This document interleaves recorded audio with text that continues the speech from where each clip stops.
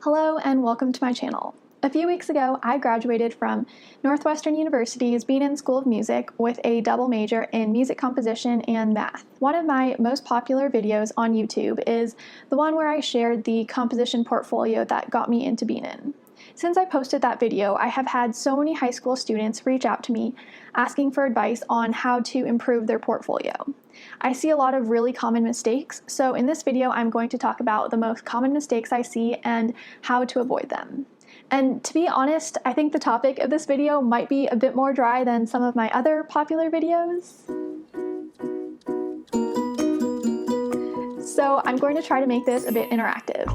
The way this is going to work is that I will flash a score excerpt with a mistake. You'll have 5 seconds to catch the error before I reveal the error.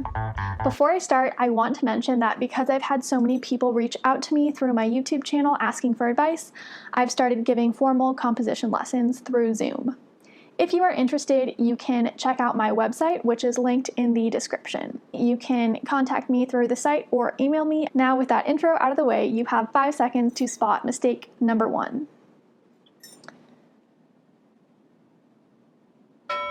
Your flute player is going to pass out because there's nowhere to breathe.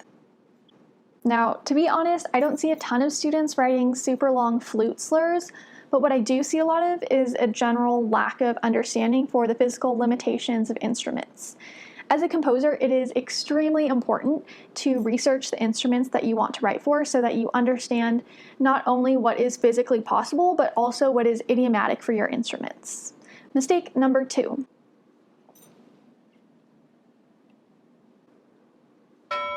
This excerpt does not honor the natural metric groupings of the time signature. Basically, this should be tied to visually highlight the big beats. Similarly, if you are in 6/8, in most cases this is wrong. It should be written like this. It is really important to do this because it improves legibility. It will also be easier for performers to feel the bigger beats and play more musically. Mistake number 3.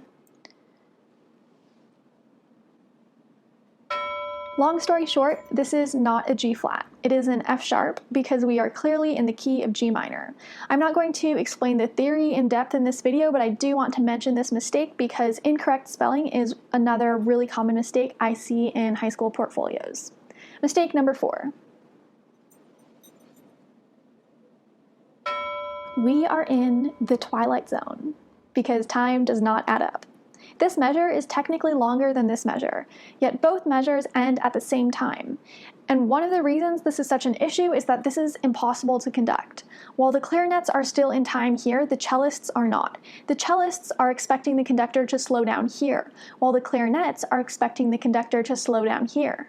Which is it? Where is the conductor going to slow down? We don't know. That is stressful. One possible solution for this would be to notate it like this with ties.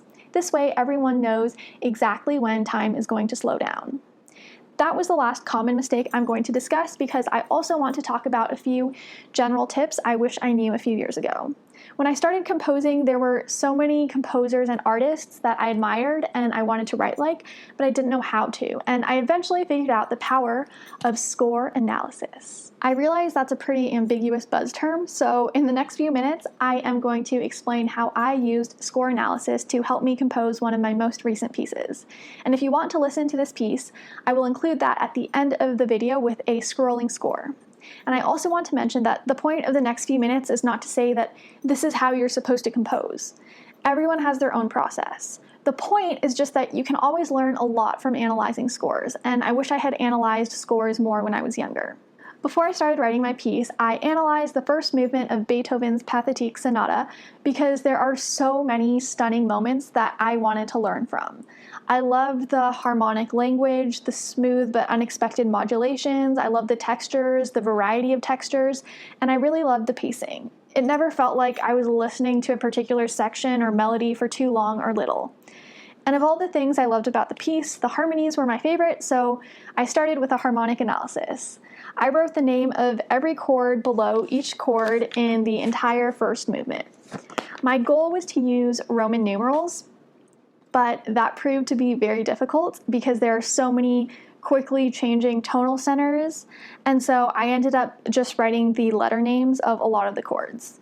Once I finished this harmonic analysis, I used it to guide my analysis of the larger structure of the piece. And this involved creating a roadmap. This really helped me understand the pacing of the piece. This also helped me to discover that Beethoven's sonata is in sonata form. After all of that, I felt like I had a pretty good understanding of how to do the things I wanted to do. I started writing my own melodies, I created the roadmap for my own piece, and a few weeks later I had finished a 9-minute composition for solo piano with many changing and ambiguous tonal centers, romantic harmonies, a variety of textures, and a very clear formal structure. And if you listen to my piece at the end of the video, you will hopefully hear both my own voice and the influences of the composers I admire. And maybe you'll hate the piece, but again, I just want to emphasize that the point is not to say that this is how you're supposed to compose. Everyone has their own process. The point is just that you can always learn a lot from analyzing scores, and I wish I had analyzed scores more when I was younger. And I had the time to look at the music that I actually cared about, not just... And as I mentioned at the beginning, if you're interested in composition lessons with me, send me an email. I would love to listen to your music. That is all for today. Bye!